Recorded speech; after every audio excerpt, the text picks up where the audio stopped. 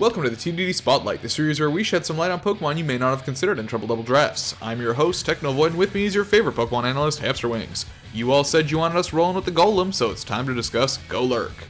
Golurk is a C-tier ground and ghost type Pokemon that primarily excels as a physical attacker, using its base 124 attack combined with some useful abilities, decent move pool, and really great offensive typing. With 89, 80, 80 bulk, Golurk isn't really going to be taking too many hits before going down, and its slow speed of 55 and myriad of weaknesses will make it hard to get the most use out of its slot. As I just mentioned though, Golurk does get access to some pretty awesome abilities. To start, Iron Fist boosts the power of punching moves by 20%, which Golurk really gets to make use out of with its move pool. No Guard is another offensive ability that will guarantee that Golurk will both land every hit and get hit by every move targeting it. While this is a double-edged sword in some scenarios, Golurk's access to some strong but low accuracy moves makes this a really great ability to run regardless. Finally, Golurk gets Klutz, an ability that makes it ignore the effect of its held item. While this may seem useless on the surface, it does allow Golurk to run some interesting disruptive tactics as a mix-up from the otherwise mainly offensive sets.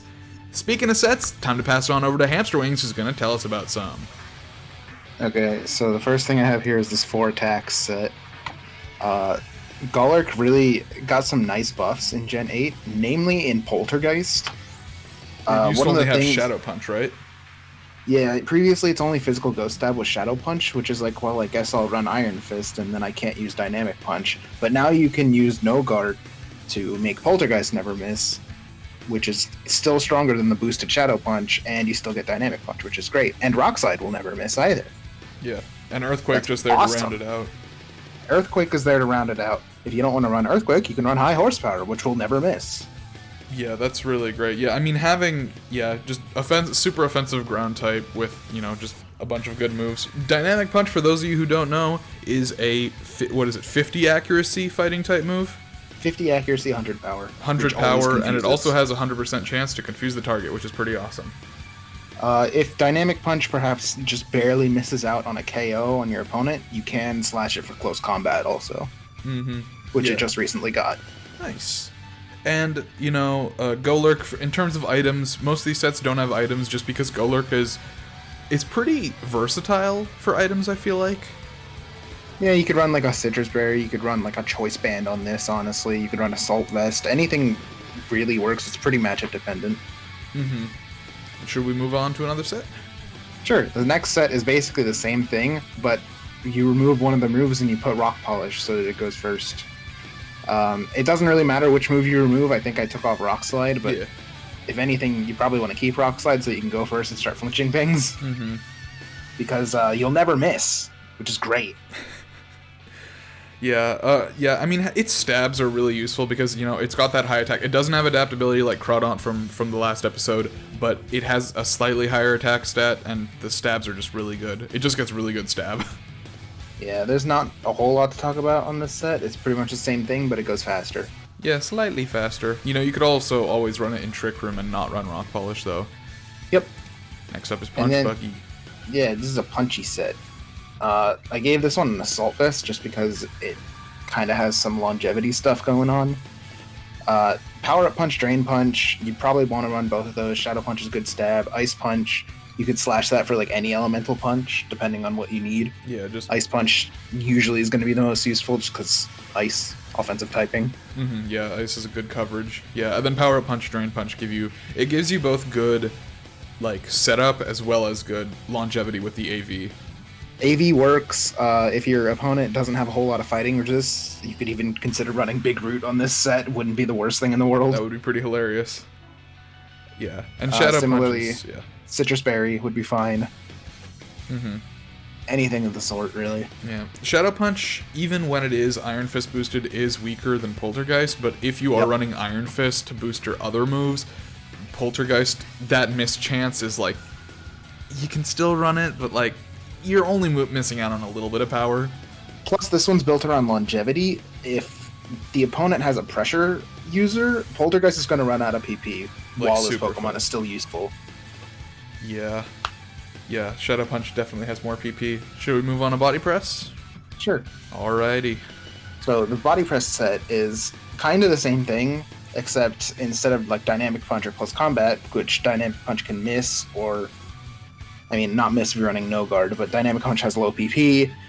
It has 100 base power. Body Press can be a lot stronger if you start boosting up. You would probably invest full special defense on this. Full special defense, maybe full attack, maybe full HP, whatever you want. You still have your 2 powerful stabs, and then you have Iron Defense Body Press.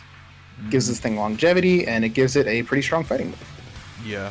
Yeah, normally with Golurk, you are going to be wanting to max out your attack stat. In terms of secondary stats, would you say any of the defensive stats is usually the way to go, unless you're running, like, Polish? Yeah, basically. Yeah. Because otherwise it's not outspeeding much anyways, unless... You could definitely also slash leftovers on this set, because it's probably also going to be alive for a fair bit. Mm-hmm. Sure. But I feel like Citrus Berry is generally more reliable. Mm-hmm. Yeah, and then in case you don't want to run your Golurk offensive, which you generally should, that's generally what it's best at, but, you know, we do like to include a mix-up, so here we go, you drop this king. Yeah, this is when you give your supportive opponent an assault vest, and they get really upset. they just have like an awful day because of it. Yeah. So as we mentioned before, Klutz will make it that Golurk will ignore its current item, which is normally a bad thing. But if you have an assault vest, that means you can use supportive moves with an assault vest on. You don't get the boost, you don't get the special defense boost, but it does let you give something on the opponent's team an AV, which will basically make it that they can't use their supportive moves, which something like a Chansey or a Whimsicott is not going to appreciate. Yeah. Yeah. Similarly, this set you could run a full like disruption set on this. Give it like rocks. Yeah. Give it, like, I think toxic. it's important to note that it does get stealth rocks. That's a pretty big move. One thing that I like about Golurk is that it can run rocks alongside offensive moves, because it basically, you know, EQ and a ghost move or high horsepower, those stabs are like pretty important, and then past that you have like dynamic punch, you have some sort of fighting thing, and then you sort of almost have a free slot to some degree. Sometimes, yeah. Yeah, and I think SR is nice because it lets you set up those rocks, of course matchup dependent, but you also have protect. You mentioned a lot of these other ones. Yeah, Protect can always be slashed on in every single set. Yeah. It gets Helping Hand, it gets Gravity if you want that. Everything in the world gets Ally Switch, so I mean... Yeah. Yeah, otherwise, and I mean, hey, Curse is pretty cool. Yeah, if it weren't in a Ghost type, it would be pretty cool. Oh, right. Hold on. Never mind. Wait, no, that's hilarious. Do it. Oh my god. That it for Golurk? Yeah, that's about it. Alright, well, yeah, when it comes down to it, Golurk really can lay down that hurt, but it does have a lot of trouble succeeding. Also, I guess one other thing to mention, sorry for cutting you off, no is problem. Because of... Golurk has, like, mad type coverage. If you want this thing to be, like, just a surprise nuke, it's a decent Z-move user. Mm-hmm. Like, Buzzwole. My team is really scared of Buzzwole. Just run Z-Fly Golurk. It'll kill it. That's true, it can do Z-Fly. It also gets Darkest Lariat, that's fun. Gyro Ball. Yep. Heat Crash. Nice. Yeah, like I said, it gets a lot of weird moves. Superpower, yeah. Zen Headbutt, Thunder Punch, yeah. Yeah, it does have some fun moves, yeah. And, you know, Ground Ghost, as we said, you know, it's a really powerful offensive typing, but defensively, it's not good. It's weak to Water, Grass, Ice, Ghost, and Dark, which are all types your opponent is probably going to be bringing anyways for other Pokemon, because those are all, like, pretty good coverage types. Being weak to Water in doubles, I feel like, is always horrible. Yeah. Yeah, so you have to assume that anytime you bring Golurk, your opponent is just naturally going to have a move that beats Golurk on most Pokemon. Like, you have to understand that your opponent does not have to prep for Golurk. Yeah. There's no prep for Golurk as needed. It can... Prep for other Pokemon is prep for Golurk. Especially since it doesn't excel defensively in either defense or special defense.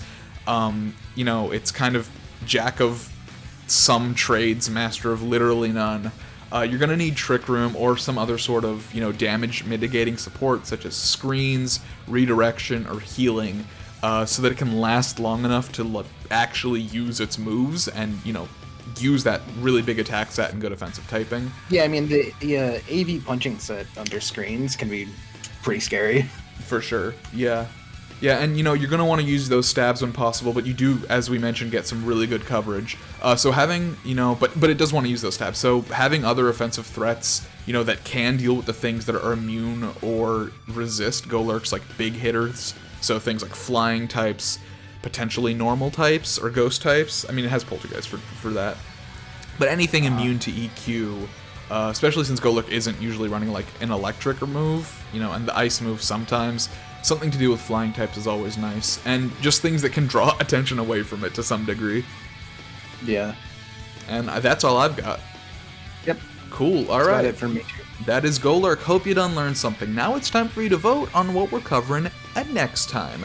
Next time, I think, is going to probably be the last episode prior to Season 4 draft, so choose wisely. Will it be the Dark-type Mega Absol or the Ice and Water-type Whaleren? Vote in the comments down below, and we'll see you then. I've been Technovoid. Goodbye. Bye. Mega Absol should be Dark Fairy. Bye. It should be.